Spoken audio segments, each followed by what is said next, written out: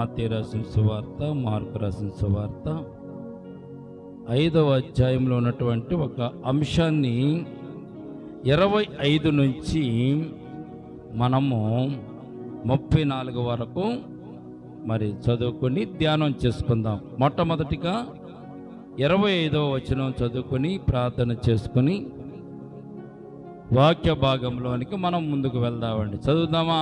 Mark రాసిన సువార్త 5వ అధ్యాయము 25వ వచనం.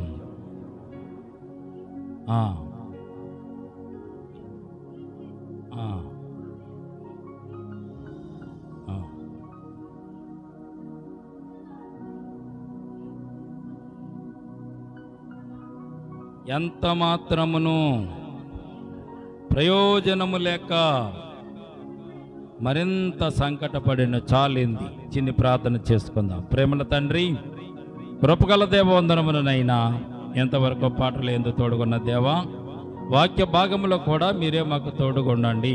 ఈ లేఖన భాగాన్ని విరిచి వడ్డించండి. కూడి వచ్చని ప్రియబిడ్డలమైన మమ్మలను ప్రభు జ్ఞాపకం చేసుకొని వినగల చెవులు, గ్రహింపగల హృదయం, అంగీకరించే మనస్సు, ఆనందించే ఆత్మను దయచేయండి. నైనా ఈ సమయం ముందు నిలబడి దాసుని మరుగుపరచండి. దాసుని ముఖాంతంలోంచి మీరే మాట్లాడండి. నీ దాసుని అరికాయలు మొదలుకొని నన్నెత్త వరకు నైనా మీ ఆత్మ స్వాధీనములో ఉంచుకోండి ప్రభా. నీ దాసుని నోటు ద్వారాగా అయిన ప్రభా, నీ బిడ్డల మనం అందరితో మాట్లాడండి. నీ దాసుని నోటిని మీరు బోరగా ఉపయోగించుకొని ప్రభా, ఈ సమయం అందునైనా నీ బిడ్డల మనం అందరినీ కూడా నీ వాక్యం చేత ఆదరించి, అలాగే ప్రభా మీ ఆత్మ చేత సంధించమని నైనా ఈ లేఖన భాగాన్ని మొత్తం ప్రభా మేము ధ్యానం చేస్తుండగా తండ్రి మీ కృప చూపించుదురుగా. కానీ చేసిన ప్రార్థన పాత్రని చేర్చుకోమని నజరేయుడైన యేసుక్రీస్తు పరిశుద్ధ నామమున ప్రార్థించి మిక్కిలి వినయముతో బ్రతిమలాడి వేడుకొనుచున్నాము తండ్రి.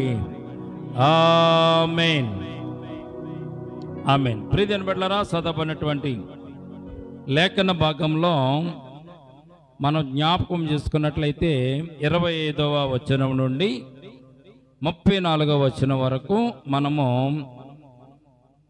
ఈ రాత్రి దేవుని వాక్యాన్ని ధ్యానం చేసుకోవడానికి ప్రయత్నం చేద్దాం. యేసుక్రీస్తు ప్రభువారు దోణి ఎక్కి అద్దరికి వెళ్ళినప్పుడు బహుజన సమూహము ఆయన యొద్దకు కూడి వచ్చాను.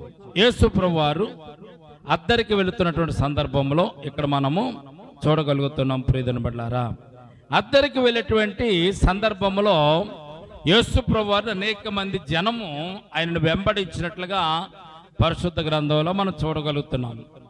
ఆయన వెంబడిస్తున్నటువంటి జనులందరిలో కూడా యేసు ప్రభువారి దగ్గరికి వచ్చేటువంటి విధానం ఒక్కసారి జ్ఞాపకం చేసుకుంటే, కొందరు ఆయన రొట్టెలు పెడతాడు కనుక తిందామని, కొందరు ఆయన చేపలు పెడతాడు కనుక తిందామని, ఆహారం లేని వారు, పస్తులున్నవారు, తినడానికి తిండి లేనటువంటి వారు యేసు ప్రభువారు కూడా వచ్చి ఆయన పెట్టేటటువంటి భోజనాలను ఆ రోజుల్లో తిని వారు జీవితాన్ని గడుపుకుంటున్న సందర్భాలు, అనేక సందర్భాలు మనం చూడగలుగుతున్నాం.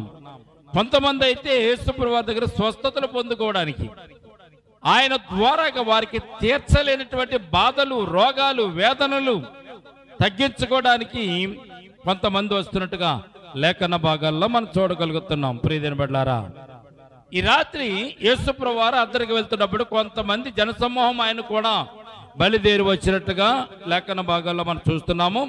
ఆయన వెళుతూ ఉన్నప్పుడు ఆయన సముద్ర తీరమున ఉండగా సమాజ మందిరపు అధికారుల్లో యాయూరు అని ఒకడు వచ్చి ఆయనను చూసి ఆయన పాదాల మీద పడి, నా చిన్న కుమార్తె సావనై ఉన్నది, అది బాగుపడి బ్రతుకున్నట్లు నీవు వచ్చి దాని మీద నీ చేతులు ఉంచవలని ఆయనను మిగుల బ్రతిమాలు కొనేనో అనేటువంటి మాటను ఇక్కడ మనం చూస్తాం. యేసు ప్రభు వారి యొక్క ప్రయాణం, యేసు ప్రభు వారి యొక్క ప్రయాణము ఇక్కడ మనం చూస్తున్నాం.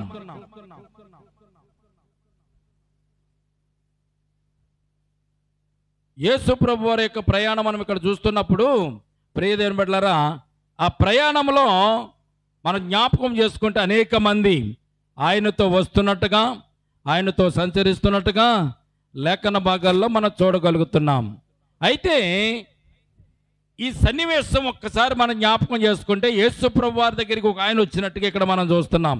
ఎవరు వచ్చారు? సమాజ మందిరపు అధికారులలో ఒక ఆయన యాయూరు అనేటువంటి ఒకడు వచ్చి తన చిన్న కుమార్తె సావన ఉన్నది కనుక, అనారోగ్యంతో ఉన్నది కనుక బాగు చేయనట్లుగా, నువ్వు చేతులు ఉంచినట్లుగా మా ఇంటికి రావాలని, నాతో రావాలని బతిమాలు కొనడానికి వచ్చినట్టుగా ఇక్కడ మనం చూస్తున్నాం. 24వ వచనం చూడండి. ఆయన అతనితో కూడా వెళ్ళెను, బహు జన సమూహమును ఆయనను వెంబడించి ఆయన మీద పడుచుండిరి. ఇది యేసుప్రభు యొక్క ప్రయాణంలో ఉన్నటువంటి ఒక వింత. యాయిరు వచ్చాడు, తన కుమార్తెను బాగు చేయమని అడిగాడు. బాగు చేయమని అడిగిన వెంటనే యేసుప్రభు వారు ఆ యాయిరుతో వెళ్ళడానికి బయలుదేరి వెళ్తున్నాడు. యేసుప్రభుతో కూడా చాలామంది బయలుదేరి వెళుతున్నట్టుగా కూడా ఇక్కడ మనం చూస్తున్నాం. ఈ బయలుదేరి వెళ్ళేటువంటి సందర్భంలో 25వ వచనంలో ఉన్నటువంటి ఈ యొక్క స్త్రీ యేసుప్రభు వారి దగ్గరికి వచ్చినట్లుగా లేఖన భాగాల్లో మనం చూస్తున్నాం. 25వ వచనం. 12 ఏండ్ల నుండి రక్తస్రావం కలిగిన ఒక స్త్రీ ఉండెను. ఆమె అనేక వైద్యుల చేత ఎన్నో తిప్పలబడి తనకు కలిగిన దాంతో వ్యాయామం చేసుకుని ఎంత మాత్రమున ప్రయోజనము లేక మరింత సంకటపడినో. ఇక్కడ ఎవరైనా ఆసుపత్రులకు ఎందుకు వెళ్తారు? రోగము తగ్గించుకోవాలని. డాక్టర్ దగ్గరికి ఎందుకు వెళ్తారు? వారిలో ఉన్నటువంటి జబ్బును తగ్గించమని, ఏదైనా మంచి మందులు ఇమ్మని, ఇంజక్షన్లు చేయమని, వారికి ఉన్నటువంటి బాధల్ని, వేదనల్ని కూడా మందుల చేత తగ్గించాలని వీరు ఆసుపత్రికి వెళ్తూ ఉంటారు. మనం కూడా ఆసుపత్రికి అందుకే వెళ్తాం. అయితే ప్రియమైన బిడ్డలారా, ఈ స్త్రీ కూడా ఆసుపత్రులకు వెళ్ళినట్టుగా మనం చూస్తున్నాం. ఒక ఆసుపత్రికి వెళ్ళలేదంటండి, ఒక ఆసుపత్రితో సరిపెట్టలేదంట. ఇక్కడ ఈ స్త్రీ వెళ్ళినటువంటి ఆసుపత్రులు లెక్క పెడితే ఇన్ని అన్ని అని కాకుండా అనేక మంది వైద్యులను ఏం చేసిందంటండి, సంప్రదించినట్టుగా పరిశుద్ధ గ్రంథంలో మనం చూస్తున్నాం. చూడండి, స్త్రీ ఉండును, ఆమె అనేక వైద్యుల చేత ఎన్నో తిప్పలబడి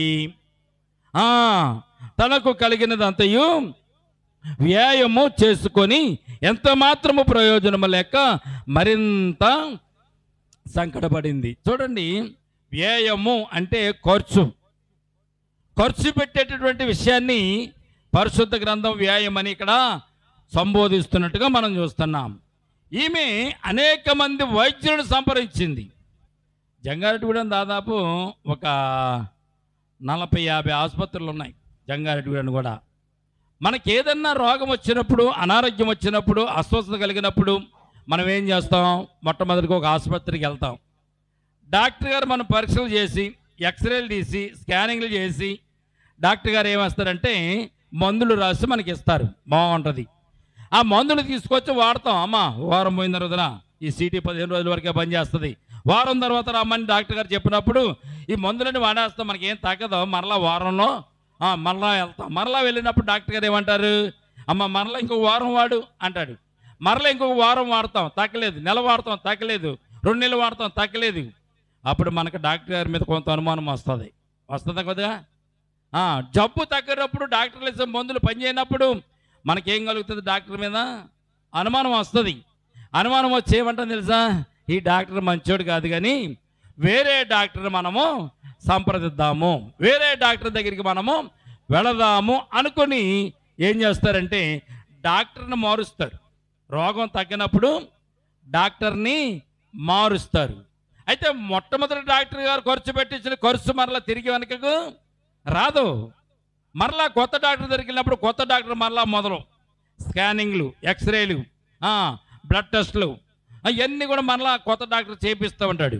ఆయన దగ్గర కూడా మందులు కొనుక్కుంటాము, ఆయన దగ్గర కూడా ట్రీట్మెంట్ చేసుకుంటాము, ఆయన దగ్గర కూడా మొదలు పెడతాం. ఈలోపు మనకి ఓ పక్కన ఉన్న ఆస్తి ఖర్చు అయిపోయి, బాకీలు ఎక్కువ అయిపోయి, అప్పులు చేసుకుంటూ ఉన్నదంతా కూడా అమ్మేసి, రోగం కదా బతికితే చాలు మరలా సంపాదించుకోవచ్చు అనేటువంటి ఆలోచన కలిగి మరలా మందులు వాడుతూ ఉంటాం. ఆ డాక్టర్ తగ్గలేదు, ఇంకో డాక్టర్ దగ్గరికి వెళ్తాం, అక్కడ కూడా డబ్బులు ఖర్చు పెడతాం.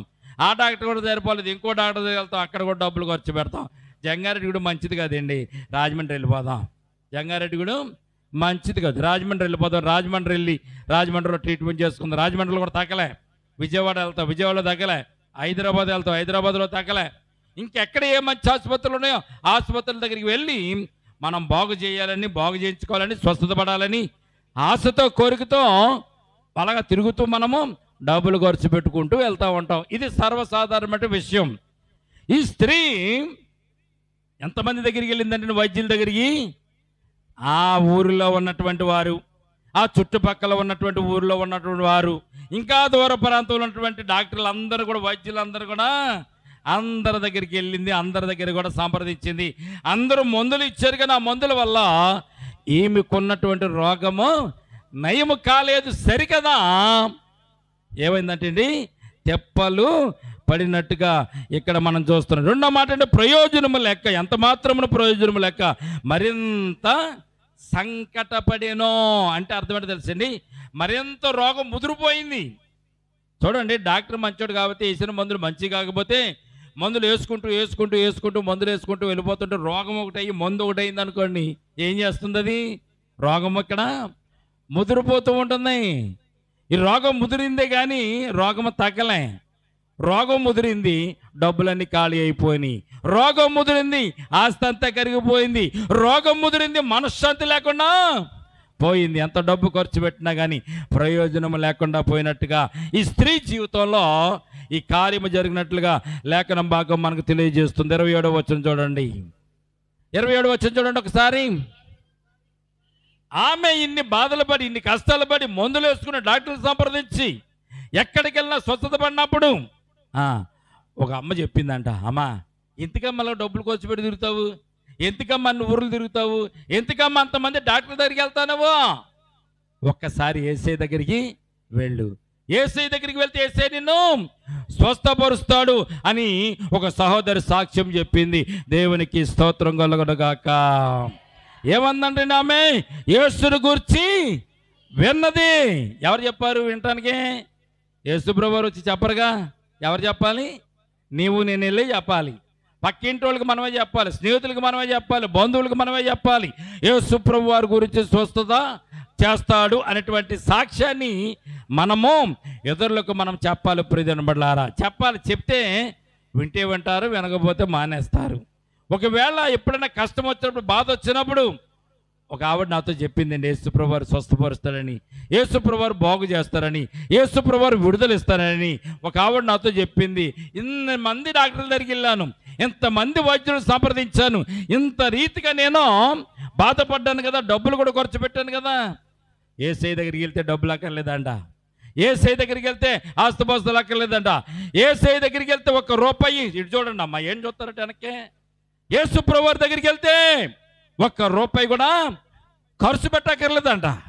కనుక నేను ఎక్కడికి వెళ్తాను ఇప్పుడు? ఆస్తి పోయింది, డబ్బు పోయింది, సంపాదన పోయింది, ఎక్కడికి వెళ్ళినా కానీ అప్పు పుట్టడం లేదు. ఇప్పుడు నేను ఏం చేయాలండి? యేసు ప్రభు వారి దగ్గరికి వెళ్ళాలని ఈమె నిశ్చయించుకున్నట్టుగా మనం చూస్తున్నాం. దేవునికి స్తోత్రం కలుగునుగాక. యేసు ప్రభు దగ్గరికి వెళ్తాం, ఏం చేస్తాం? వెళ్ళాలని కోరిక వచ్చింది, వెళ్దామని ఆలోచన వచ్చింది, వెళ్దామని కోరిక, వెళ్దామని ఆలోచన వచ్చిన తర్వాత నువ్వు యేసు ప్రభు దగ్గరికి వెళ్ళి ఏం చేయాలనుకుంటున్నా? నేనైతే ప్రార్థన చేయాలనుకుంటున్నానండి, నేనైతే సాక్ష్యం చెప్పాలనుకుంటున్నానండి, నేనైతే వాక్యం వినాలనుకుంటున్నానండి. మనకు ఒక కోరిక ఉంటుంది, మనకు ఒక ఆలోచన ఉంటుంది. మరి ఈ స్త్రీ ఏమనుకుంది? ఈ స్త్రీ యేసు ప్రభు దగ్గరికి వెళ్ళి ఏం చేయాలనుకుంది? ప్రభువా, మరి నాకు రక్తస్రావం కలిగినటువంటి స్త్రీ, నన్ను ఎవరు డాక్టర్లు బాగు చేయలేకపోయారు, కనీసం నువ్వైనా ముట్టి నన్ను బాగు చేయనైనా అని చెప్పాలని ఒకవేళ చెప్పింది అనుకోండి, ఏమవుతుంది అక్కడ? యేసుప్రభు వారి దగ్గరికి వెళ్ళి మాట చెప్పింది అనుకోండి, యేసుప్రభు వారు ఎక్కడున్నారు ఇప్పుడు? యేసుప్రభు వారు నడుస్తున్నారు, దారిలో వెళ్తున్నారు, ఆయన చుట్టూ చాలా జనసమూహము కూడి ఉన్నది. జనసమూహము కూడి ఉన్నటువంటి సందర్భంలో యేసుప్రభు వారి దగ్గరికి వెళ్ళి నాకు ఈ రోగం ఉందని చెప్తే, రోగం సంగతి దేవుడు ఎరుగు, స్వస్థత సంగతి దేవుడు ఎరుగు. మొట్టమొదటిగా ఆమెను రాళ్ళు రువ్వి వెంటనే ఆమెను చంపేస్తారు. ప్రియదేవుని బిడ్డలారా, లేవికాండంలో ఒక మాట చదువుదామా? లేవికాండము 15వ అధ్యాయము 19-27 వచనం చూడండి. లేవికాండము 15వ అధ్యాయము 19-27 వరకు చూస్తే, ప్రియదేవుని బిడ్డలారా, ఈమెకున్నటువంటి రోగము యొక్క స్థితి, ఈమె రోగముతో ఈమె చేయకుండా పనులు పరిశుద్ధ గ్రంథంలో మనం చూడగలుగుతాం. చూద్దామా? 15వ అధ్యాయము లేవికాండము 19-27 వరకు.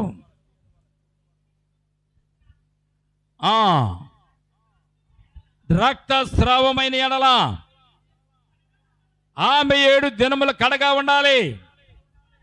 ఆమె ముట్టువారందరూ సాయంకాలం వరకు అపవిత్రులు చాలండి. ప్రియదని బిడ్డారా, ఏమని రాయబడి ఉంది లేవికాండంలో? ఒక స్త్రీకి రక్తస్రావం అవుతుంటే ఆ రక్తస్రావం అయినటువంటి స్త్రీ మనుషులలో తిరగకూడదు. ఆమె అపవిత్రురాలే కాదు, ఆమెను ఎవరైతే ముట్టుకుంటారో వారు కూడా అపవిత్రత పొందుతారు. అంటే ఈ స్త్రీ బజార్లో తిరగకూడదు, మనుషుల్లో తిరగకూడదు, సమాజంలో తిరగకూడదు. ఎవరిని స్త్రీ ముట్టుకోకూడదు, మరి ఎలాగ చెప్తుంది? వెళ్ళి యేసుప్రభువు వారి దగ్గరికి వెళ్ళి స్త్రీ వెళ్ళి, నాకు రక్తస్రావం అనే రోగం ఉందండి, మీ దగ్గర స్వస్థత పడాలి, మీ దగ్గరికి వచ్చానని యేసుప్రభువు వారితో చెప్తుంటే పక్కవారు విని ఒకవేళ ఏమి జాలి పడతారా? ఆ రోజుల్లో జాలి పడరు. మోషే ధర్మశాస్త్ర గ్రంథం ఉంది, అటువంటి వారు ఇంట్లోనే ఉండాలి కానీ బయటికి రాకూడదు, మనుషుల్లో తిరగకూడదు, అనేక మందిని అపవిత్రత చేయకూడదు, అపవిత్రత కలిగించకూడదు. ఆమె నిలువెల్లా అపవిత్రత పొందినటువంటి స్త్రీగా పరిశుద్ధ గ్రంథంలో ధర్మశాస్త్రం ప్రకారం మనం జ్ఞాపకం చేసుకోగలుగుతున్నాం. అయితే ఆమె ఉన్నటువంటి ఆలోచన ఏంటో తెలుసా ప్రియమైన బిడ్డలారా? నేను యేసుప్రభువు దగ్గరికి వెళ్తాను, నేను ఏమి కూడా చెప్పను. యేసుప్రభువు వారి దగ్గరికి వెళ్ళి నా రోగం ఇది, నా వ్యాధి ఇది, నా బాధ ఇది అని నేను ఏమి కూడా చెప్పను. కానీ యేసుప్రభువు వారి దగ్గరికి వెళ్ళి వెనకగా వెళ్ళి నేను ఏం చేస్తాను? ఆయన వస్త్రపు చెంగును మాత్రమే ముట్టుకుంటానని తలాంచుకుని బయలుదేరిన దేవునికి స్తోత్రం కలుగునుగాక. ఏమని వెళ్ళిందంటే అండి, ఏమంటుంది ఆమె యేసును గూర్చి విని నేను ఆయన వస్త్రములు మాత్రమే ముట్టినా బాగుపడుదుననుకున్న దేవునికి స్తోత్రం కలుగునుగాక. ఎంత ఆశ్చర్యమండి! చెప్పిందా? వీరు వింటే ఆమెను అక్కడ చంపేస్తారు. ఒకవేళ జనంలోకి పడి వెళ్తుంది అనుకోండి, ఎవరన్నా ఆమెను తాకారనుకోండి, తాకితే ఏమవుతుంది? వారు కూడా అపవిత్ర పాలైపోతారు. కానీ ఇక్కడ ఒక గొప్ప సంఘటన ఏంటంటే, ఆమె హృదయంలో కలిగినటువంటి ఆలోచనని ఇంప్లిమెంట్ చేయడానికి, నెరవేర్చుకోవడానికి ఆ జన సమూహంలో యేసుప్రభువు వారి దగ్గరికి ఎంత భారంగా వెళ్ళిందో, ఎంత బలవంతంగా వెళ్ళిందో ప్రియమైన బిడ్డలారా, మనము చదువుతున్నామే తప్ప ఆమె యొక్క జీవితాన్ని మనము అర్థం చేసుకునే అవకాశం మనకి లేదు. ప్రియమైన బిడ్డలారా, 12 సంవత్సరాల బట్టి రోగముతో ఉన్నటువంటి ఆ స్త్రీ ఒంటిలో ఉన్న రక్తమంతా కూడా వ్యాధి ద్వారా బయటికి వెళ్ళిపోతుంటే ఆమెలో ఏమాత్రము బలం ఉండదండి. ప్రియమైన బిడ్డలారా, రక్తస్రావం అంటే తిన్నట్టుగా ఒంట్లో ఉన్న రక్తమంతా కూడా బయటికి వెళ్ళిపోతున్నప్పుడు, నరాల్లో నుంచి రక్తం వెళ్ళిపోతున్నప్పుడు, శరీరం నుంచి రక్తం వెళ్ళిపోతున్నప్పుడు ఆమెకు ఉన్నటువంటి నీరసం మామూలు నీరసము కాదు. మరికొందరైతే చనిపోతారు. ఆ వ్యాధితో ఉన్నవారు మనది పెట్టి చనిపోతారు. ఆ వ్యాధితో ఉన్నవారి దగ్గరికి ఎవరు చుట్టాల పట్టాలు వెళ్ళరు, బంధువులు వెళ్ళరు, స్నేహితులు వెళ్ళరు. ఇక్కడ ఆమెకి పిల్లలు ఉన్నారో లేదో, భర్త ఉన్నారో లేదో, కుటుంబం ఉందో లేదో చెప్పలేదు. కానీ ఆ స్త్రీ వ్యాధితో బాధపడుతున్న సందర్భాన్ని మాత్రం యేసుక్రీస్తు ప్రభువారు ఇక్కడ వ్రాసించినట్టుగా మనం చూస్తున్నాం. ఆమె ఒక్కడే నిశ్చయం చేసుకుంది, నేను యేసుప్రభువు వారి దగ్గరికి వెళ్తాను, ఆయన వస్త్రపు చెంగును ముట్టి నేను బాగుపడుదును అనుకుని ఆమె బయలుదేరి వెళుతున్నట్టుగా మనం చూస్తున్నాం. జనసమూహములు ఆయన వెనుకకు వచ్చి ఆయన వస్త్రమును ముట్టెను. దేవునికి స్తోత్రం కలుగునుగాక. మనసులో ఆలోచన వచ్చింది, హృదయంలో ఆలోచన వచ్చింది. ఆలోచన ప్రకారం ఈ డాక్టర్లందరూ మంచివారు కాదు, ఈ డాక్టర్ వల్ల నేను ఉపయోగపడలేదు, వారి వైద్యం నాకు ఉపయోగపడలేదు, వారు ఇచ్చిన మందులు నాకు ఉపయోగపడలేదు. కానీ యేసయ్య దగ్గరికి వెళ్ళి నేను స్వస్థత పడతాను, యేసయ్య వస్త్రపు చెంగును ముట్టుకుని నేను స్వస్థత పడతానని ఆలోచన చేసి యేసుప్రభువు వారు వెనకకు వచ్చి ఆయన వస్త్రమును ఇలాగ పట్టుకుందంట. దేవునికి స్తోత్రం కలుగునుగాక. ఎవరన్నా మీ వస్త్రాలు పట్టుకుంటే మీకు తెలుస్తుందా? లాగితే తెలుస్తుంది. మీరు పక్కన కూర్చోండి, గుంపుగా కూర్చోండి, ఎవరు వస్త్రానన్నా కానీ ఒక చెంగు లాగకుండా చెంగును పట్టుకుంటే మీకేమైనా అర్థమవుతుందో తెలుస్తుందమ్మా? తెలవదు. ఎందుకు తెలియదంటే వస్త్రాలు కూడా మనకి స్పర్శ ఏమి మన ఒంట్లోనికి రాదు, లాగితే తెలుస్తుంది. ఎవరన్నా లాగినా, ఎవరన్నా పట్టుకున్నా, మనకు ఉన్నటువంటి వస్త్రాలు దేనికన్నా తగిలినా గుచ్చుకున్నా మనం లాగుతుంది కనుక, లాగినప్పుడు కనుక మనకి తెలుస్తుంది తప్ప వస్త్రాలు ఎవరన్నా ముట్టుకుంటే అంటే లాగకుండా మామూలు ముట్టుకుంటే మనకేమీ స్పర్శ తెలియదు. కానీ ఇక్కడ అద్భుతమైన విషయం ఏంటో తెలుసా ప్రియమైన బిడ్డలారా? ఆమె వచ్చి ఆయన వెనుకకు వచ్చి ఆయన వస్త్రపు చెంగును ముట్టింది. 29వ వచనం, వెంటనే ఆమె రక్తధార కట్టెను గనుక తన శరీరంలోని బాధ నివారణ అయినదని గ్రహించుకొనెను. 29వ వచనం చూస్తే ఏమైందంటే, ఆమె వచ్చింది, యేసుప్రభువు వారిని ముట్టింది. ముట్టిన వెంటనే రక్తస్రావము కట్టడిపోయింది. వెంటనే ఆమెలో ఉన్న బాధ, ఎటువంటి బాధ అండి? 12 సంవత్సరాల బట్టి ఉన్నటువంటి బాధ యేసుప్రభువు వారి యొక్క వస్త్రపు చెంగు ముట్టుతుంటోనే ఆమెలో ఉన్న బాధ అంతా నివారణ అయిపోయిందంటే దేవునికి స్తోత్రం కలుగునుగాక. ఈ సందర్భంలో మీకు జ్ఞాపకం చేస్తాను ప్రియమైన బిడ్డలారా, యేసయ్య తలుచుకుంటే, యేసయ్య దగ్గరికి నువ్వు వస్తే ఎటువంటి రోగమైన, ఎటువంటి బాధ అయినా, ఎటువంటి కష్టమైన అయినా తీర్చివేయగల సమర్థుడు. ఆయనకు అసాధ్యమైనది ఏది కూడా భూమి మీద లేదనేటువంటి విషయాన్ని పరిశుద్ధ లేఖనాలు మనకు తెలియజేయబడుతుంది. దేవునికి స్తోత్రం కలుగునుగాక. 30వ వచనం చదువుతామండి.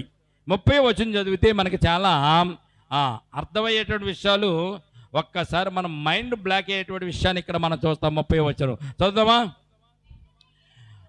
ఆమె ముట్టింది, ఆమె యేసుప్రభువు వారి యొక్క వస్త్రాన్ని ముట్టింది, ఆమె రక్తధార కట్టడింది, ఆమెలో బాధ నివారణ అయింది, ఆమె గ్రహించుకుంది. వెంటనే యేసు తనలో నుండి ప్రభావము బయలు వెళ్ళనని తనలో తాను గ్రహించి జనసమూహము వైపు తిరిగి నా వస్త్రమును ముట్టినదెవరని అడిగినట్లుగా లేఖన భాగాల్లో మనం చూస్తున్నాం. దేవునికి స్తోత్రం కలుగునుగాక. ఈ స్త్రీ యేసుప్రభువు వారి యొక్క వస్త్రపు చెంగును ముట్టుకుంటంతో యేసుప్రభువులో ఉన్నటువంటి ప్రభావము ఆమెలోనికి వెళ్ళి ఆమెను స్వస్థపరిచింది. యేసుప్రభువులో ఉన్నటువంటి ప్రభావము ఒక స్త్రీకి స్వస్థపరచడానికి ఉంటుందా అనే ప్రశ్న మనం వేసుకుంటే, ఆయన దేవుడు కనుక అనేక మందిని భూ ప్రపంచంలో ఉన్న వారందరూ కూడా స్వస్థపరచడానికి ఆయన మహిమ ఎంతో ఉంటుందని సత్యాన్ని మొట్టమొదటి మనం జ్ఞాపకం చేసుకోవాలి. అయితే యేసుప్రభువు వారు తనలో నుంచి ప్రభావము వస్త్రము ద్వారా బయటికి వెళ్ళిందన్న సంగతి యేసుప్రభువు వారు గ్రహించినట్టుగా ఈ వాక్యమును మనం చూడగలుగుతున్న. వెంటనే యేసుప్రభువు వారు వెనుకకు తిరిగి తన శిష్యులను, ప్రజలను ఏమని అడుగుతారో తెలుసా? గ్రహించి ఆయన ఏమనుకున్నాడో తెలుసా? నా వస్త్రములు ముట్టినది ఎవరని అడుగుగా. జనసమూహం చాలామంది ఉన్నారు, చాలామంది ఆయనతో పాటు తిరుగుతున్నారు, ఆయన రాసుకుంటున్నారు, ఆయన తోస్తున్నారు, ఆయన కూడా చక్కగా నడుస్తున్నాడు. ఆయన కాళ్ళు వేరే వాళ్ళు తోగుతుంది, వేరే వాళ్ళ కాళ్ళు ఆయనకి తగులుతున్నాయి. ఆయన ప్రజల మంది 10 మంది నడుస్తున్నప్పుడు, మీటింగ్కి వెళ్తున్నప్పుడు ఒకరికొకరు తాకకుండా ఉండడానికి అవకాశం అక్కడ లేదు. కానీ యేసుప్రభువు వారు ఎందుకు అడిగారు ఇక్కడ అన్నది ముందు వచనాలలో మనము జ్ఞాపకం చేసుకోవచ్చు, అర్థం చేసుకోవచ్చు. వెంటనే ఆయన తిరిగి ఆయన చెప్తున్న మాటలు మనకు వస్త్రములు ముట్టింది ఎవరని అడుగుగా 31వ వచనం చూడండి. ఇక్కడ అమాయకులైన శిష్యులు ఆయన శిష్యులు, ప్రభువా ఎంత గొప్పవాడు నాయనా, ప్రభువా ఏంటి ఈ ప్రశ్న? ఈ ప్రశ్న ఏమిటి? ఈ ప్రశ్న అడగవలసిందేనా? ఇప్పుడు నన్ను ముట్టినది ఎవరన్ను అడుగుతావా? ఎందుకు అడుగుతా? అక్కడ జరుగుతున్న సంభవం ఏంటంటే ప్రియమైన బిడ్డలారా, ముట్టుదని అడుగుతున్నప్పుడు ఆయన శిష్యులు జనసమూహము నీ మీద పడుచుండుట చూచుతున్నావే. యేసయ్యా, ఇంత జనసమూహం 1000 మంది నీ చుట్టూ వస్తున్నారు, నీ వెనకాల వస్తున్నారు, నీ మీద పడుతున్నారు. జనసమూహం చూసి ఎవరు నా వస్త్రపు చెంగింది ముట్టిందని అడుగుతావేంటి? ఏంటి ప్రభు ఈ ప్రశ్న ఏంటి? ఇప్పుడు ఈ ప్రశ్న ఏంటి? జనసమూహంలో నువ్వు ఒంటరిగా ఉన్నప్పుడు ఒకవేళ ఎవరైనా వచ్చి నీ వస్త్రపు చెంగుని ముట్టితే నువ్వు అడగవచ్చు. నువ్వు కుర్చీలో కూర్చున్నప్పుడు, ఎక్కడికి కదలినప్పుడు ఎవరన్నా వచ్చి నేను ముట్టుకుంటే నీకు తెలుస్తుంది కనుక ఎవరు నన్ను ముట్టారని నువ్వు అడగవచ్చు. కానీ ఎంత జనసమూహం అంట, ఎంతమంది జనసమూహము? 1000 మంది నీ మీద పడుచుండుట చూచుతున్నావే. అనేక మంది నీ మీద పడుతున్నారు, నిన్ను తాకుతున్నారు, నిన్ను తోస్తున్నారు, నీ చేతులు తాకుతున్నారు, నిన్ను అటు ఇటు తోస్తున్నారు, మీరు కూడా నడుస్తున్నారు. ప్రభువా, ఎంత జనసమూహం నీ మీద పడుతుండగా ఎవరు నన్ను ముట్టిందని అడుగుచున్నావే, నన్ను ముట్టినది ఎవరిని అడుగుతున్నావా అనేది. ఏమన్నారు? నన్ను ముట్టినది ఎవరిని అడుగుతావేంటి ప్రభువా అని శిష్యులు అన్నారు. ఎందుకోసం అంటే శిష్యులకు యేసు ప్రభువులటువంటి ఆంతర్యం తెలియదు కనుక. ఈ రోజున మనకు కూడా దేవుని యొక్క ఆంతర్యం మనకు తెలియదు. దేవుని యొక్క ఆంతర్యం తెలిస్తే దేవునిలో బలంగా, విశ్వాసంగా మనం జీవించగలుగుతాం. దేవుని కార్యాలు అద్భుతమని మనం ఎప్పుడు తెలుస్తుంది? మనకి మన జీవితంలో దేవుని కార్యములు చూసినప్పుడే. చదివినప్పుడు తెలియదండి, అనుభవించినప్పుడు తెలుస్తుంది. అనుభవించాలంటే ఆ కార్యములు మన ముందు జరగాలి. అనేక మంది జీవితాల్లో ప్రత్యక్షతలు కనబడడం లేదండి. అనేక మంది దేవుని దగ్గరికి వస్తున్నారు, గుడికి వస్తున్నారు, గుళ్ళో ఉంటున్నారు, ప్రార్థన చేస్తున్నారు, వాక్యం వింటున్నారు. అనేక మందికి దేవుని ప్రత్యక్షత కనబడలేదు. ప్రత్యక్షత కనబడితే దేవుని యందు మనం విశ్వాసమును వంచగలదు. అందుకే అపోస్తలుడైన పౌలు దేవుని చూస్తాడు కనుక, దేవుని విన్నాడు కనుక, దేవుని స్వరం విన్నాడు కనుక, పౌలు సౌలుగా ఉన్నప్పుడు పౌలు సౌలుతో మాట్లాడినప్పుడు పౌలుగా మార్చిన తర్వాత పౌలు తన ప్రాణాన్ని అర్పించడానికి ఇష్టపడడానికి కారణం దేవునిని చూసి, దేవునిని గ్రహించి, దేవుని స్వరమును విని తన ప్రాణాన్ని లెక్క చేయకుండా యేసుక్రీస్తు ప్రభు వారి కొరకు సువార్తను ప్రకటించాడు. దేవునికి స్తోత్రం కలుగునగాక. శిష్యులు యేసు ప్రభుతో కూడా ఉన్నా కానీ ఆయన యొక్క మహిమను, ఆయన యొక్క ప్రభావాన్ని వారు గమనించలేరు అంటే చాలా ఆశ్చర్యంగా మనకు ఉంటుంది. ప్రియమైన బిడ్డలారా, 32వ వచనం చూడండి. ఆ కార్యం చేసిన ఆమెను కనుగొనవలనని ఆయన చుట్టూ చూసెను. దేవునికి అర్థమైందిగా, నీకు నాకు అర్థం అవ్వలేదు, శిష్యులకు అర్థం అవ్వలేదు, యేసుప్రభువు వారికి అర్థమైంది. నన్ను ఎవరో ముట్టుకున్నారు, వారు స్వస్థత పొందారు, ఆ కార్యం చేసినది ఎవరు అని తెలుసుకున్నటకు యేసుప్రభువు వారు ఆ ప్రశ్న అడిగినట్టుగా మనము చూస్తున్నాము. 33వ వచనం చూడండి. అప్పుడు ఆ స్త్రీ తనకు జరిగినది ఎరిగి భయపడి వణుకుచూ వచ్చి ఆయన ఎదుట సాగిలపడి తన సంగతి అంతయు ఆయనతో చెప్పుకొనెను. దేవునికి స్తోత్రం కలుగునుగాక. నన్ను ఎవరు ముట్టారు అని అడగడానికి కారణం ఏంటో తెలిసింది. స్వస్థపడినటువంటి ఒక వ్యక్తి అక్కడ ఉంది. ఆయన వస్త్రపు చెంగును ముట్టి స్వస్థపడినటువంటి స్త్రీ అక్కడ ఉంది. ఆమె అక్కడ ఉన్నది కనుక ఆమెను గుర్తించి ఆమె నోటి ద్వారాగా ఆమె పొందినటువంటి స్వస్థతను అక్కడ సాక్ష్యము చెప్పించాలి. ఆమెను అవమానపరచడానికి కాదు, ఆమెను కించపరచడానికి కాదు, ఆమెకు జరిగినటువంటి స్వస్థత ఎలా జరిగింది, ఏ కారణం చేత జరిగింది, ఎప్పటి నుంచి ఉన్నదో తెలియాలి కనుక యేసుప్రభువు వారు ఆమెను నన్ను ముట్టినది ఎవరని చుట్టూ కలియ చూస్తున్నప్పుడు ఆమెకు అర్థమైంది. యేసుప్రభువు వారికి అర్థమైంది కనుక ఆ స్త్రీ ఏమనుకుందంటే అండి, ఆమె వణుకుచు భయపడి, జరిగినది ఎరిగి భయపడి వణుకుచు వచ్చి ఆయన ఎదుట సాగిలపడి తన సంగతి అంతయు ఆయనతో చెప్పుకుంది. ఏం చెప్పింది చెప్పండి? ఆమె సంగతి అంతా ఏం చెప్పుకుంది యేసుప్రభువు వారితో? ప్రభువా, 12 సంవత్సరాలు బట్టి రక్తస్రావం కలిగినటువంటి రోగంతో నేను బాధపడుతున్నాను. అనేక మంది వైద్యులను సంప్రదించాను, అనేక మంది డాక్టర్ల దగ్గరికి వెళ్ళాను, వారు రాసిచ్చిన మందులు వాడాను, వారు రాసిచ్చిన ఇంజక్షన్లు చేయించుకున్నాను. అయినా కానీ ఏ మందు వల్ల, ఏ ఇంజక్షన్ వల్ల, ఏ డాక్టర్ వల్ల నాకు ప్రయోజనం లేదయ్యా. నీ గురించి నేను తెలుసుకున్నాను, నీ గురించి నేను విన్నాను, అందుకు నీ దగ్గరికి స్వస్థత కొరకు వచ్చాను. నేను వచ్చి జనసమూహంలో సాటుగా వచ్చి నీ వస్త్రపు చెంగుని ముట్టుకున్నాను. వెంటనే నా రక్తస్రావం కొట్టడింది, నా బాధ నివారణ అయింది. 12 సంవత్సరాలు బట్టి ఉన్నటువంటి బాధ ఈ క్షణములో నాకు తీరిపోయిందని తన సంగతి అంతయు కూడా యేసు ప్రభు వారితో చెప్పుకొనెను. దేవునికి స్తోత్రం కలుగునుగాక. ఎంత ఆశ్చర్యమండి! దేవునికి తెలియనిది అని ఏమీ తెలవదని మనం అనుకుంటాం, దేవునికి ఏమీ తెలియదని మనం అనుకుంటాం. ప్రియమైన బిడ్డలారా, దేవునికి సమస్తము తెలుసు. మన చీకట్లో చేసేది దేవునికి తెలుసు, వెలుతురులో చేసేది తెలుసు, సాటుగా చేసేది తెలుసు, ఎవరు లేకుండా ఒంటరిగా ఉండి చేసేది కూడా దేవునికి తెలుసు. మనమేమనుకుంటామంటే మనకంటే తెలివిగల వాళ్ళు ఎవరు ఉండరు. సీసీ కెమెరాలు పెట్టినా సీసీ కెమెరా దొరకకుండా దొంగతనం చేసేవాడు చాలామంది ఉంటారు. ఎవరు చూడకుండా రాత్రులు దొంగతనం చేయాలని కూడా చాలామంది చేస్తూ ఉంటారు. కానీ వాడిని ఎవరు భూమి మీద ఉన్న ప్రపంచంలో ఉన్నటువంటి మనుషులు ఎవరు చూడకపోవచ్చు. దేవుడు సమస్తమును చూసేటటువంటి వాడు. దేవునికి స్తోత్రం కలుగునుగాక. వెనక నుంచి ముట్టుకున్న స్త్రీ యొక్క వస్త్రపు జంగు ముట్టుకున్న ఆ స్త్రీని యేసుక్రీస్తు ప్రభువారు గుర్తించినట్లుగా నిన్ను కూడా యేసుక్రీస్తు ప్రభువారు గుర్తించడానికి ఆయన ఇష్టపడుతున్నాడు. నువ్వు ఇంట్లో ఉన్నప్పుడు, బయటకు వస్తున్నప్పుడు, నడుస్తున్నప్పుడు, తింటున్నప్పుడు, పండుకున్నప్పుడు సమస్తము దేవుడు నిన్ను గమనిస్తూనే ఉన్నాడు. దేవునికి స్తోత్రం కలుగునుగాక. ప్రియమైన బిడ్డలారా, ఇక్కడ ఒక విషయాన్ని మనము జ్ఞాపకం చేసుకోవాలి. ఆ స్త్రీని ఎప్పుడు యేసుక్రీస్తు ప్రభువారు చెప్పిన మాట మనం చదువుకొని మనం ముందుకు, అందుకు ఆయన కుమారి ఏమన్నాడు? కుమారి, అమ్మా కుమారి, నీవు నీ విశ్వాసము నిన్ను స్వస్థపరచెను, సమాధానం గలదానివే పొమ్ము, నీ బాధ నివారణ, నీకు స్వస్థత కలుగునగాకని ఆమెతో చెప్పాను. దేవునికి స్తోత్రం కలుగునగాక. ఈ స్త్రీ చేసినటువంటి 3 కార్యముల గురించి ఈ రాత్రి మనం జ్ఞాపకం చేసుకుందామండి. ఈమె ధనముతో రోగాన్ని పోగొట్టుకోవాలని చూసింది, కుదరలే. మంచి మంచి డాక్టర్ దగ్గరికి వెళ్ళి రోగ నివారణ పొందాలనుకుంది, కుదరలే.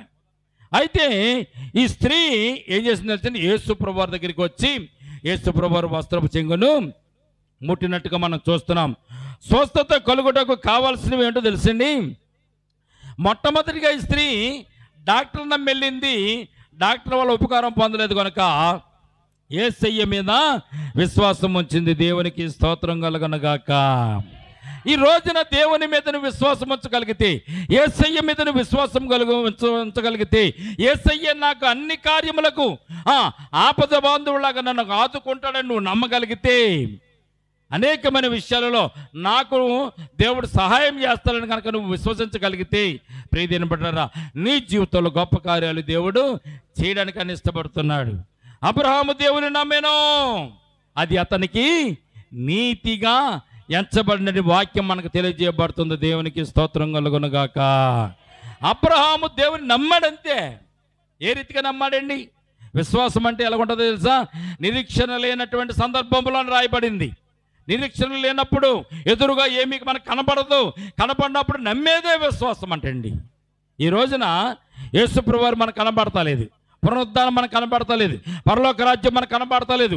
అయినా కానీ దేవుని యందు విశ్వాసం ఉంచి నమ్మిక ఉంచి ఆయన పరలోకములో ఉన్నాడు. ఆయన మన కొరకు భూమి మీదకు దిగి వచ్చాడు, మన పాపాల కొరకు సిలువలో ఆయన మరణించాడు. ఆయన రాచిన రక్తమును బట్టి మనకు విడుదల కలుగుతుంది కనుక మనం బాప్తిసం తీసుకుని దేవుని బిడ్డగా అంగీకరింపబడి మనం చనిపోయిన తర్వాత నరకానికి వెళ్లకుండా పరలోక రాజ్యానికి వెళ్తామనేటువంటి ఆలోచన కలిగి ఈ లోకంలో విశ్వాసంతో మనం దేవుని దగ్గర నిలుచున్నాం, ఉంటున్నాం. దేవునికి స్తోత్రం కలుగునుగాక.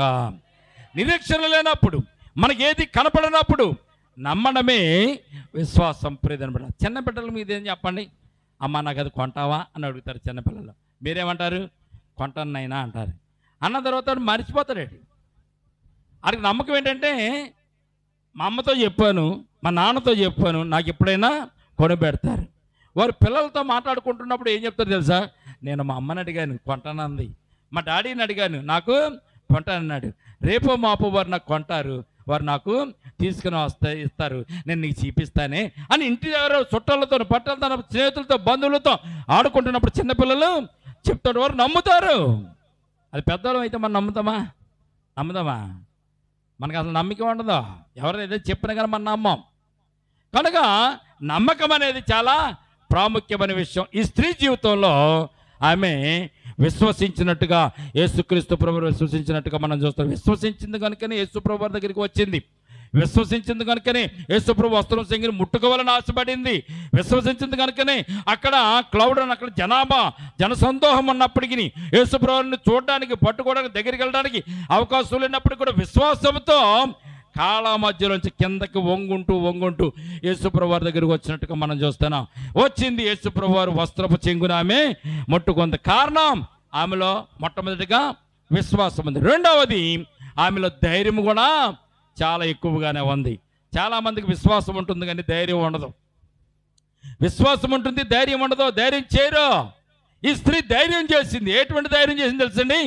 ఒకవేళ నన్ను ఎవరన్నా చూసి, నా పరిస్థితిని చూసి, ఒకవేళ నా రోగమును తెలిసి, నువ్వు అపవిత్రురాలు కదా, ఇక్కడికి ఎందుకు వచ్చావని ఒకవేళ నన్ను ఎవరన్నా చంపేని, నన్ను అపవిత్రులని ఏళన చేస్తే చేయని, కానీ నేను యేసయ్య దగ్గరికి వెళ్ళాలి, ఆయన వస్త్రపు చెంగుని నేను ముట్టుకోవాలనే ఆలోచనతో, ధైర్యంతో మొట్టమొదటిగా విశ్వాసాన్ని చూపించింది. రెండవది ధైర్యమును కలిగి బయలుదేరి ఆ జన సమూహంలో నుంచి యేసుప్రభు దగ్గరికి వచ్చినట్టుగా పరిశుద్ధ గ్రంథంలో మనం చూస్తున్నాం. చాలామందికి విశ్వాసం ఉంటుంది, చాలామందికి ధైర్యం కూడా ఉంటుంది. కానీ ఇంత విశ్వాసం ఉండి, ఇంత ధైర్యం ఉండి కూడా యేసుప్రభు వారి వద్దకు రావడానికి చాలామందికి చాలా ఆటంకాలు భూమి మీద ఉన్నట్టుగా మనం చూస్తున్నాం. అనేక మంది అండి, కులం లేదు, మతం లేదు, చాలామంది యేసయ్య దగ్గరికి రావాలని కోరిక వారికి ఉంటుంది. యేసయ్య దగ్గరికి వచ్చి ప్రార్థన చేయించుకోవాలని ఉంటుంది. యేసయ్య దగ్గర స్వస్థతలు ఉన్నాయి కనుక నేను స్వస్థత పడాలంటున్న ఆలోచన కూడా వారికి ఉంటుంది. విశ్వాసం ఉంటుంది, ధైర్యం ఉంటుంది. కానీ ప్రియమైన బిడ్డలారా, యేసయ్య దగ్గరికి రావడానికి వారికి అనేకమైన బంధకాలు, అనేకమైన కట్టడలు, అనేకమైన ఇరుకులు ఉండి వారు రాలేటువంటి పరిస్థితులు ఈ రోజున అనేక మంది ఉన్నట్టుగా మనం చూస్తున్నాం. దేవునికి స్తోత్రం కలుగునుగాక. ఎవరినైనా అడిగామనుకోండి, నాకు యేసయ్య అంటే ఇష్టమేనండి, యేసయ్య దగ్గర రావడానికి కూడా నాకు ధైర్యమే ఉంది, కానీ యేసయ్య దగ్గర రావాలంటే నాకున్న కట్టుబాట్లు, నా భర్త, నా పిల్లలు, నా సమాజం, నా కులం, నా జాతి, ఇవన్నీ నన్ను వెలివేస్తాయండి. అందుకే నేను యేసయ్య అంటే నాకు చాలా ఇష్టం, యేసయ్య అంటే నాకు చాలా ధైర్యం, యేసయ్య అంటే నాకు విశ్వాసం కూడా ఉంది. కానీ నా సమాజాన్ని బట్టి, నా కులాన్ని బట్టి, నా భర్తను బట్టి, నా బిడ్డలను బట్టి మేము రాలేకపోతున్నామని చెప్పేవారు భూమి మీద చాలామంది ఉన్నారు. ప్రియమైన బిడ్డలారా, ఈ స్త్రీకి విశ్వాసం ఉంది, రెండవది ధైర్యం ఉంది, మూడవది యేసయ్య దగ్గరికి వచ్చేటువంటి సత్తా కూడా ఉన్నట్టుగా పరిశుద్ధ గ్రంథంలో మనం చూడగలుగుతున్న. దేవునికి స్తోత్రం కలుగునుగాక.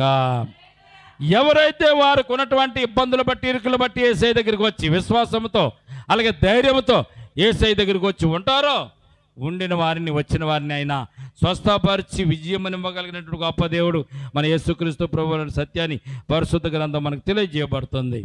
ఈ రోజున యేసయ్య దగ్గరికి వస్తే స్వస్థపడతామనే విషయం తెలిసి కూడా రానటువంటి వారు భూప్రపంచం చాలామంది ఉన్నారు. కానీ మనం వస్తున్నాము, కానీ మనలో విశ్వాసం లేదు, మనలో ధైర్యం లేదు. యేసయ్య దగ్గర మాత్రం మనం కూర్చుంటున్నాం. ప్రియమైన బిడ్డలారా, చూడండి, విశ్వాసం లేకుండా, ధైర్యం లేకుండా యేసయ్య దగ్గర కూర్చున్న వాళ్ళు కూడా భూమి మీద చాలామంది ఉన్నారు. వారు మందిరానికి వస్తారు, మందిరం నుంచి ఇంటికి వెళతారు, అంతే. వారిలో విశ్వాసం కానీ ధైర్యం కానీ ఉండదు. చిన్నపాటి సమస్య వస్తే ధైర్యాన్ని కోల్పోతారు, కృంగిపోతారు. దేవుని మీద విశ్వాసాన్ని కూడా వారు విడిచిపెట్టేస్తూ ఉంటారు. కానీ ఈ స్త్రీ తన జీవితంలో ఎన్నో బాధలు పడి, ఎన్నో కష్టాలు పడి, ఎన్నో ఆటుపోట్లకు లోనై ఆఖరికి యేసయ్య దగ్గరికి వచ్చింది. విశ్వాసంతో వచ్చింది, ధైర్యంతో వచ్చింది. యేసు ప్రభు యొక్క స్వస్థతను ఆమె పొందుకున్నట్టుగా పరిశుద్ధ గ్రంథంలో మనం చూడగలుగుతున్నాం.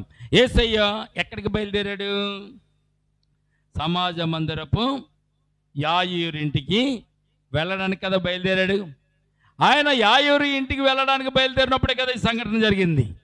ఈ సంఘటన జరిగిన తర్వాత యాయీరు ఇంటికి వెళ్ళడానికి బయలుదేరుతూ ముందుకు సాగుతున్న సందర్భంలో 35వ వచనం మనం చదువుతామండి. ఆయన ఇంకనూ మాట్లాడుతుండగా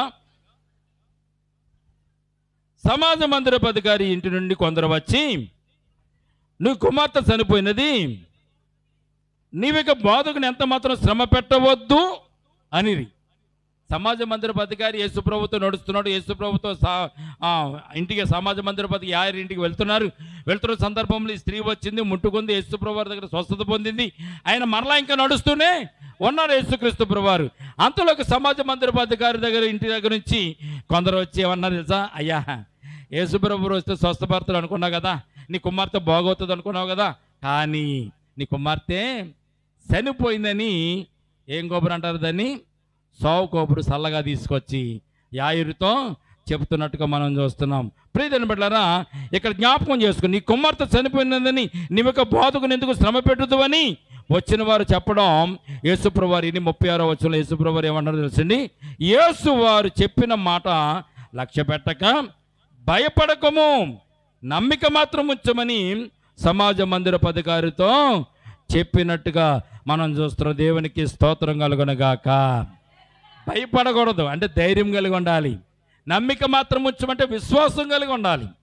నువ్వు స్వస్థతను చూడాలంటే, స్వస్థతలు నీకు కలగాలంటే ధైర్యము ఉండాలి, విశ్వాసము కూడా ఉండాలి. ప్రియమైన బిడ్డలారా, యాయీరు ఇంటికి వెళ్ళారు. యాయీరును అలాగే యేసుప్రభు వారు, సమాజంలో ఉన్న వారందరూ కూడా యేసుప్రభు వారితో పాటు అక్కడికి వెళ్ళారు. వెళ్ళేసరికి అక్కడ యేసుప్రభు వారు ఏం చేశారు తెలుసు? 37వ వచనం చూస్తే, పేతురును, యాకోబును అలాగే యాకోబు సహోదరునటువంటి ఆ యోహానును వారు ముగ్గురిని వెంటబెట్టుకుని సమాజ మందిరపు అధికారి ఇంటికి వచ్చి వారు గొల్లిగా ఏడ్చుచుండగా వారిని చూసినట్టుగా ఇక్కడ మనం చూస్తున్నాం. 39వ వచనం చూస్తే యేసుప్రభు వారు ఏమన్నా లోపలికి పోయి, మీరు ఎలా ఏడ్చుతున్నారు? ఈ చిన్నది నిద్రించుచున్నదే కానీ చనిపోలేదని వారితో చెప్పాను. యేసుప్రభు వారు యాయిరింటికి వెళ్ళాడు. ఇంటికి వెళ్ళి జరిగి పెద్ద గోలగోల ఉంది. గోల అంటే ఏంటో తెలిసి, ఎవరైనా చనిపోయిన ఇంటి దగ్గరికి వెళ్తే ఈ రోజున మనం సొంత వాళ్ళే ఏడుస్తాం. చనిపోయిన వారి ఇంటికాడ ఎవరైనా చనిపోతే ఏం చేస్తుంది తెలిసింది? సొంత వాళ్ళమే ఏడుస్తాం. పూర్వకాలంలో అలా కాదు. సొంత వాళ్ళు ఏడ్చినా ఏడవపోయినా అక్కడ ఏడ్చేటటువంటి ఒక సమాజం ఉండేది అంటండి. ఇప్పుడు పెళ్ళిళ్ళకి వాద్యాలు తీసుకొస్తారు కదా, డ్యాన్సులు వేసేవారు తీసుకొస్తామంటారు కదా. ఏదైనా ఫంక్షన్ జరిగింది అనుకోండి, ఏదైనా ప్రోగ్రాలు జరుగుతున్నాయి అనుకోండి, ఏం చేస్తారు? డ్యాన్సులు వేసేవాళ్ళని, పాటలు పాడేవాళ్ళని డబ్బులు ఇచ్చి తీసుకొచ్చే వారితో పాటలు పాడించడం, డ్యాన్సులు వేయించడం ఇవన్నీ చేస్తూ ఉంటారు కదండి. ఆ రోజుల్లో కూడా ఎవరన్నా ఇంట్లో చనిపోతే వీరు ఏడవడానికి ఇలా ఓపిక లేక డబ్బులు ఇచ్చి తీసుకొచ్చి మరి ఏడ్చేవాళ్ళని ఆ రోజుల్లో పెట్టుకునేవారంట. చాలా ఆశ్చర్యం. ఆ రోజుల్లో ఏడ్చేవారు ఇంటి దగ్గర గొల్లు చేసేవాళ్ళని పెట్టుకునేవారంట. గొల్లు చేసేవాళ్ళు పెట్టుకుంటే అర్థం ఏంటంటే డబ్బులు ఇచ్చేవారిని తీసుకొచ్చి ఆ ఇంట్లో వాళ్ళు ఏడుస్తూనే ఉండేవారంట. పొద్దున్న సాయంకాలం దాకా ఏడడం, సాయంకాలం లేచి వెళ్ళిపోయేవారు. డబ్బులు వాళ్ళు తీసుకుని ఇంటికి వెళ్ళిపోయేవారు. గొల్లు చేయువారు అని చాలా చోట్ల పరిశుద్ధ గ్రంథంలో ఉన్నటువంటి మాట మీకు ఎక్కడైనా వస్తే, గొల్లు చేయువారు అంటే అర్థం ఏంటో తెలుసండి? ఏడవడానికి వచ్చిన వాళ్ళు అంతే. నిజమైన ఏడుపు కదా. డబ్బులు తీసుకుని ఏడవడానికి వచ్చిన వారు అని లేఖనం మనకు తెలియదు. వారు గొల్లుగా నుండి చాలా ఏడ్చుచూ ప్రలాపించుంటే చూసి లోపలికి పోయి, మీరెవరో గొల్లు చేసి ఏడ్చుతున్నారు, చిన్నది నిద్రించుచున్నది కానీ చనిపోయిన వారితో చెప్పారు. అందుకు వారు ఆయనను అపహాసించిరి. ఊపిరి ఆడతలేదు. మనిషి చనిపోయిందని మనకు ఎలాగ అర్థమవుతుంది అమ్మా? చనిపోయిన దగ్గరికి వెళ్ళి చనిపోయిందని ఎలా నిర్ధారణ చేస్తారు? బతుకుంటే ఊపిరి పీల్చుకుంటాం, ఊపిరి పైకి కిందకి వెళ్తూ ఉంటుంది, గుండెకాయ కొట్టుకుంటూ ఉంటుంది, అప్పుడప్పుడు కొట్టుకుంటూ ఉంటుంది, ఆ బాడీ పైకి కిందకే ఊగుతూ ఉంటుంది. గురకబెట్టే వాళ్ళు చూడాలి మీరు, బాడీ పైకి ఇలా కిందకే వస్తూ ఉంటుంది.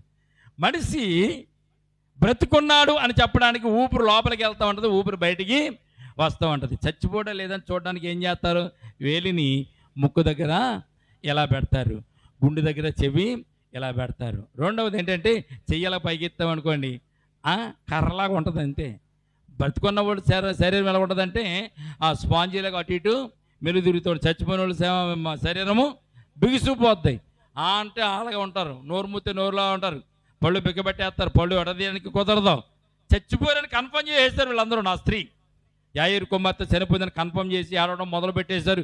గొలు చేసేవారు తీసుకొచ్చేసారు. ఇంకేముంది, కట్టేంట్రా ఎత్తేంట్రా పాడి అన్న టైపులో ఉన్నారు. ఇప్పటికి యేసుప్రభు వచ్చి ఈ చిన్నది నిద్రించుతున్నదే కానీ చనిపోలేదంటే అపహాసం చేసడంలో తప్పేముంది?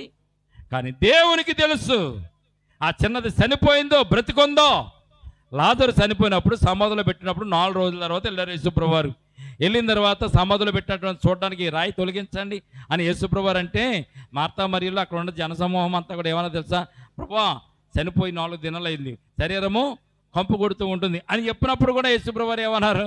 లాజరు చనిపోలేదు, నిద్రించుతున్నాడు, మనం లేపడానికి వెళ్దాం రండి. శిష్యులను తీసుకుని లాజరు దగ్గరికి వచ్చే సందర్భాన్ని మనం చూడగలుగుతున్నాం.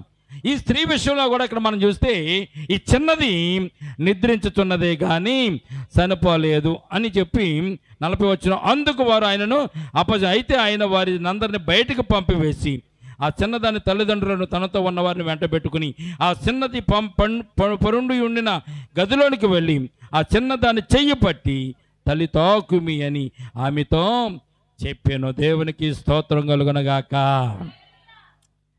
భూత భవిష్యత్ వర్తమాన కాలాలు, జరిగిపోయిన సంగతులు, జరుగుతున్న సంగతులు, జరగబోయే సంగతులన్నీ కూడా యేసుప్రభు వారికి తెలిసిండి.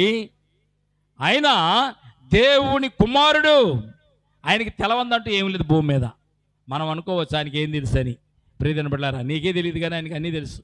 ఇక్కడ ఉన్న వారికి తెలవదో. ఆమె నిద్రించుతుందంటే వారు అపహాసం చేశారు, నవ్వారు, ఏళన చేశారు.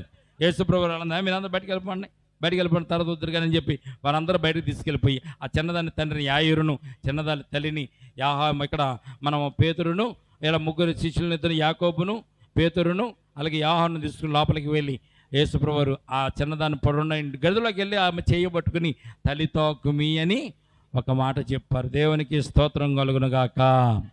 తల్లితో కుమి అంటే అర్థం ఏంటో తెలుసండి? చిన్నదానా లే అని చెప్పడం. కనుక ఎప్పుడైతే యేసుప్రభు వారు ఈ మాట చెప్పారో వెంటనే ఆమె లేచి కూర్చున్నట్టుగా ఇక్కడ మనం చూస్తున్నాం. 42వ వచనం, వెంటనే చిన్నది లేచి నడవసాగిన దేవునికి స్తోత్రం కలుగునుగాక. తల్లిదండ్రులు కూడా నమ్మలేదు. తల్లిదండ్రుల సంగతి పక్కన పెడితే శిష్యులే నమ్మలేదు. లాజరు చనిపోయి నిద్రించుతున్న లేపడానికి వెళ్దామంటే అపహాసం చేశారు. అదే శిష్యులు ఇప్పుడు ఇక్కడ ఉన్నారు. మళ్ళా ఈ స్త్రీ చనిపోయినటువంటి చిన్నదాన్ని తల్లిదండ్రులు కూడా ఇక్కడ ఉన్నారు. అయినా కానీ వారికి కూడా అపనమ్మకం ఎక్కడ ఉంది, కానీ విశ్వాసం ఉంది. ఎందుకంటే రక్తస్రావం కలిగిన స్త్రీ స్వస్థత పడతాం యాయీరు అక్కడ చూశాడు. ఆమె సాక్ష్యం విన్నాడు. తన కుమార్తెను కూడా దేవుడు స్వస్థపరచగలడనేటువంటి విషయాన్ని జ్ఞాపకం చేసుకుని వెళ్ళి వెంటనే ఆమె తల్లితాకుమి అని పెట్టినప్పుడైతే చెప్పారు, చిన్నదాన లెమ్మని చెప్పినప్పుడు ఆ చిన్నది వెంటనే లేచింది. లేచి నడవడం మొదలుపెట్టింది. ఈమె నడుస్తుంటే తల్లిదండ్రులకి ఎంతో ఆనందం, ఎంతో సంతోషం అయిపోయింది. అప్పుడు యేసుప్రభు వారు ఏమన్నా తెలిసింది, యేసుప్రభు చెప్పిన మాట చదువుతాం. అక్కడ లేచి నడుచుకుని ఆమె 12 సంవత్సరముల ప్రాయం గలది. వెంటనే వారు బహుగా విశ్వం అంతే ఆశ్చర్యపోయారంట. జరిగినది ఎవరికి తెలియకూడదని ఆయన వారికి గట్టిగా ఆజ్ఞాపించి ఆమెకు ఆహారము పెట్టిడని చెప్పాను. దేవునికి స్తోత్రం కలుగునుగాక. రక్తస్రావం కలిగిన స్త్రీ 12 సంవత్సరాల వయసు ఉంది, రోగం. ఈ చిన్నదాని వయసు చనిపోయేసరికి, నిద్రించేసరికి 12 సంవత్సరాల వయసు ఇక్కడ ఉన్నట్టుగా మనం చూస్తున్నాం. యేసు ప్రభు వారికి అసాధ్యమైనది ఏముంది? మన జీవితంలో యాయీరు విశ్వాసం ఉంచాడు. యాయీరు ధైర్యపరచగలిగాడు, ధైర్యంతో ఉన్నాడు కనుక తన కుమార్తెను బ్రతికించుకోగలిగాడు. మనము కూడా మన జీవితంలో, మన కుటుంబంలో మనకు నకరతలు అవసరం ఎన్నో ఉండొచ్చు. దేవుని మీద విశ్వాసం ఉండాలి, ధైర్యంగా ఉండాలి, యేసయ్య చెంతగా మనము రావాలి. అటు రీతిగా మనము కూడా ఈ లోకంలో జీవిస్తూ దేవుని కార్యములు చూద్దాం, దేవుని కృపకు పాత్రలు అవుదాం. ఈ మాటలు దేవుడు మనల్ని దీవించి ఆశీర్వదించును గాక. తల ప్రార్థన చేసుకుందాం. ప్రేమల తండ్రి, కృపల దేవాంద్రమనైనా ఎంతవరకునైనా కొడుకులో ఉండి మాతో మాట్లాడినందుకు స్తోత్రాలు. ఈ రాత్రి ప్రభు శ్రేష్టమైనటువంటినైనా స్వస్థతలు ప్రభునైనా మీరు చేయగలరు అనేటువంటి విషయాన్ని జ్ఞాపకం చేసుకోవడానికి మా ఎడల ప్రభా మీరు ఉంచిన వాక్యాన్ని బట్టి స్తోత్రాలు తండ్రి. ఈ వాక్యాన్ని మీరు దీవించండి, ఆశీర్వదించండి. విన్నటువంటి బిడ్డల జీవితాలలో, నీ బిడ్డల హృదయాలలో నేను ప్రభునైనా అట్టి విశ్వాసాన్ని, ధైర్యాన్ని నేను ప్రభు కలిగించండి. రక్తస్రావం కలిగినటువంటి స్త్రీకి ఉన్నటువంటి విశ్వాసం, ధైర్యం ఎంతో గొప్పదినైనా ముందుగా డాక్టర్ల మీద నేను ఉంచినటువంటి విశ్వాసాన్ని వారు ఒమ్ము చేశారు తండ్రి. ఆమెకున్న ధనము ప్రభు ఆమెను మోసం చేసింది. అయినా కానీ ప్రభు నీ సన్నిధానంలోకి వచ్చి నీ వస్త్రపు చెంగును ముట్టుకుంటే నేను స్వస్థపడతానని విశ్వాసంతో, ధైర్యంతో నీ వద్దకు వచ్చి నీ వస్త్రపు చెంగును ముట్టినప్పుడు తండ్రి నైనా ఆమెకు స్వస్థతను అనుగ్రహించిన గొప్ప దేవుడు నైనా నీకే వేలాది వందనాలు, స్తుతులు, స్తోత్రాలు తండ్రి. నేను ఆమె స్వస్థపడమే కాదు నైనా ఆమె జీవితాన్ని, ఆమె బ్రతుకునంతటిని కూడా సాక్షిగా అనేక మంది ముందు ప్రభునైనా తెలియజేసినటువంటి సందర్భాన్ని మేము చూస్తున్నాము నైనా. మా జీవితంలో కూడా ప్రభు అటువంటి విశ్వాసాన్ని దయచేయండి.